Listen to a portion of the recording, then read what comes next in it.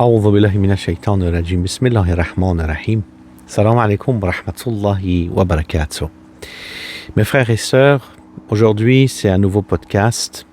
On va prendre quelques minutes de votre temps pour éclaircir quelques points qui m'ont été demandés. On me parle souvent de la politique en général. Beaucoup de monde mélange les sujets, l'islam, la politique, la France, les pays musulmans, etc. C'est un peu compliqué et difficile de vouloir à chaque fois répondre aux questions en quelques minutes parce qu'il faut vraiment disséquer les sujets. Je peux pas vous faire une analyse politique parce que ma position à moi, ce n'est pas être un analyste politique. Je peux vous donner des informations selon la religion ou selon de quelqu'un qui veut refléter une pensée religieuse. Mais en gros, pour répondre de ce qui se passe en ce moment en Iran, on peut voir que l'Iran a énormément de failles. Ce gouvernement iranien est un gouvernement qui a été placé grâce à une opération Ajak. Comme je vous l'ai dit précédemment, on fera des émissions spécifiques sur la présence même de ce gouvernement islamique en Iran qui n'est venu au hasard, mais qui était un plan très élaboré par les Occidentaux. Les événements que nous voyons, c'est un mélange de populations. Les savants et les religieux qui étaient contre ce régime, surtout vers le début, même avant l'instauration de ce gouvernement, la majorité de la Hawza qui se trouve à Qom était complètement contre même la présence de Khomeini comme étant un marja. Personne ne l'acceptait comme un référent religieux. Cependant, pour des raisons de sa préservation de sa vie, son professeur lui a donné une aide pour qu'il puisse ne pas se faire emprisonner et torturer par le pouvoir en place. Un deuxième point, après la vague des religieux et des savants qui ont été contre le gouvernement de Khomeini, il y a eu la vague des commerçants, des cadres, des étudiants, et pour des prétextes différents. En 2009, par exemple, c'était le prétexte des élections de 2009 en Iran qui a fait une grande foule de manifestants contre le gouvernement en Iran. Et aujourd'hui, là nous sommes au mois de novembre 2022, ça fait plus d'1 mois et demi que la manifestation continue après avoir une femme a subi la violence policière pour ne pas avoir suivi les règles du voile dans le pays. On se rend compte que les religieux et les savants sont restés silencieux en premier lieu et ensuite ont commencé à parler sur la mauvaise gestion et sur les crimes que ce régime est en train de faire. Mais en ce moment, l'État iranien dépense énormément d'argent pour contrôler les dommages de leur image à l'étranger. Donc c'est pratiquement impossible de critiquer sans être harcelé ou sans avoir des problèmes. C'est pratiquement impossible parce que l'image du pays, l'image de ce gouvernement, c'est l'image de quoi? Des religieux gouvernent et gouvernent avec la sagesse, avec la paix, avec la justice et l'équitabilité dans la société. Si des religieux critiquent ce gouvernement, vous déséquilibrez complètement l'image que le régime est en train de se forger. Et c'est dans l'intérêt du régime que ceux qui le critiquent sont des gens qui ont des problèmes de mœurs, ce sont des gens qui ne sont pas religieux ou des gens qui ont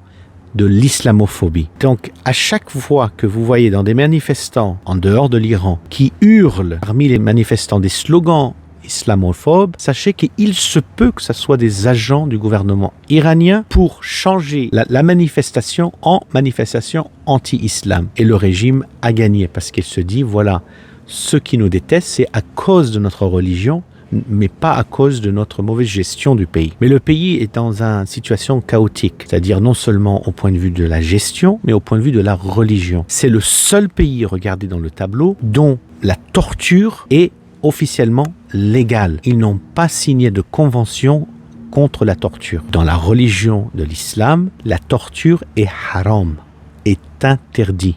Ce n'est pas licite ni au point de vue religieux, ni au point de vue des instances internationales. Donc le régime iranien utilise l'image de l'islam, travaille énormément sur son image pour forger une distinction entre ceux qui défendent le régime, ce sont des gens de bonne famille, qui ont de bonnes mœurs, qui sont de bonnes vertus et qui sont pratiquants et croyants.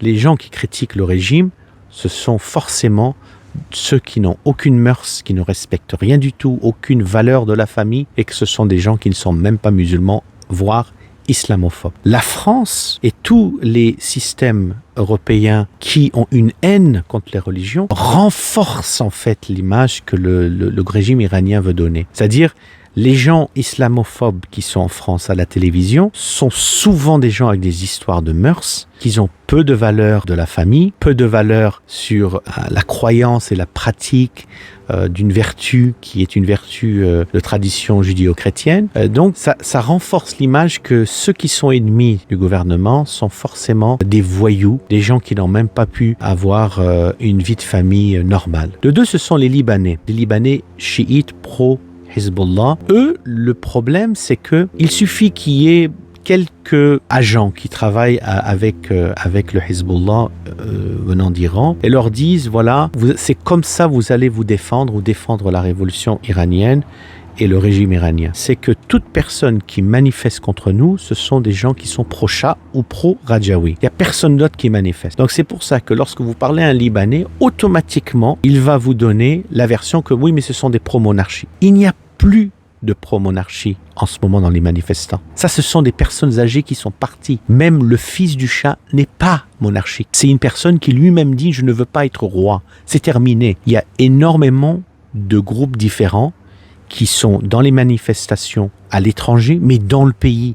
Ils ne sont pas dans la politique. Dans le pays en Iran, ceux qui manifestent, ce sont les victimes de torture. Les victimes qui ont eu leurs parents ou leurs enfants qui ont été exécutés ou tirés à bout portant par la brutalité policière. La manifestation, c'est pas une manifestation, est-ce qu'on peut marcher nu dans les rues de Téhéran? La manifestation a commencé avec la violence et la brutalité des policiers qui se trouvent dans le pays, que ça soit pour avoir mal mis le voile sur la tête, que ça soit pour ne pas avoir respecté suffisamment un agent de police, pour avoir par exemple pas suivre les consignes ou avoir conduit trop lent, trop rapidement, parce que il y a différents types de policiers. Il faut comprendre qu'il y a la police de la circulation, on n'entend pas beaucoup de manifestations sur ça. Il y a la police qui est la police des mœurs, c'est-à-dire la police de la tenue vestimentaire, c'est la police un peu que les racistes français veulent pour s'assurer qu'il n'y a pas de voile ou de kippa dans la rue en France. Ça, on appelle ça la police des mœurs pour s'assurer que la société soit harmonisée au point de vue vestimentaire. Et il y a différents policiers, comme c'est plus dans la branche de Sepa Pastaran qui est le Hezbollah iranien. Il y a également les services de renseignement qui sont partagés en plusieurs départements. Le département qui est de l'espionnage, le département qui est pour ceux qui ont des idées politiques, les départements des religions et des sectes, et le département économique et également tout ce qui est sur l'image du pays. Donc en regardant tout ceci, on voit que la manifestation a vraiment commencé que par la brutalité policière des mœurs. Et on voit aujourd'hui que ça n'a pas du tout rapport avec vraiment le voile obligatoire au passé. C'est juste un prétexte. C'est vraiment pour demander d'arrêter les tortures, d'arrêter les exécutions, d'arrêter de tout mettre au nom de l'islam et que, en fait, les lois islamiques ne sont même pas respectées, ne sont même pas suivies par les gens du régime, et une par une vous voyez qu'en fait c'est le gouvernement iranien eux-mêmes, les agents du gouvernement qui ont des problèmes de mœurs, et c'est souvent celui qui insulte l'autre, juste détourner les esprits parce que c'est en fait lui-même qui s'insulte. Et c'est vrai en une certaine partie que souvent les gens qui sont contre le gouvernement iranien, c'est souvent qui sont des islamophobes, ils ont des problèmes de mœurs. Oui, il y a une grosse partie de personnes à l'étranger qui sont comme ça, mais ce n'est pas tout le monde. Les premiers qui sont au front contre le gouvernement islamique en Iran, ce sont les savants, ce sont les pratiquants, ce sont ceux qui disent qu'il n'existe pas de gouvernement islamique durant l'occultation de Sahib al-Zaman al-Jarraf al-Sharif. Inch'Allah, on continuera cette discussion et merci encore pour vos questionnements et on parlera très prochainement. Ya Ali Madad, salam alaikum wa rahmatullahi wa barakatuh.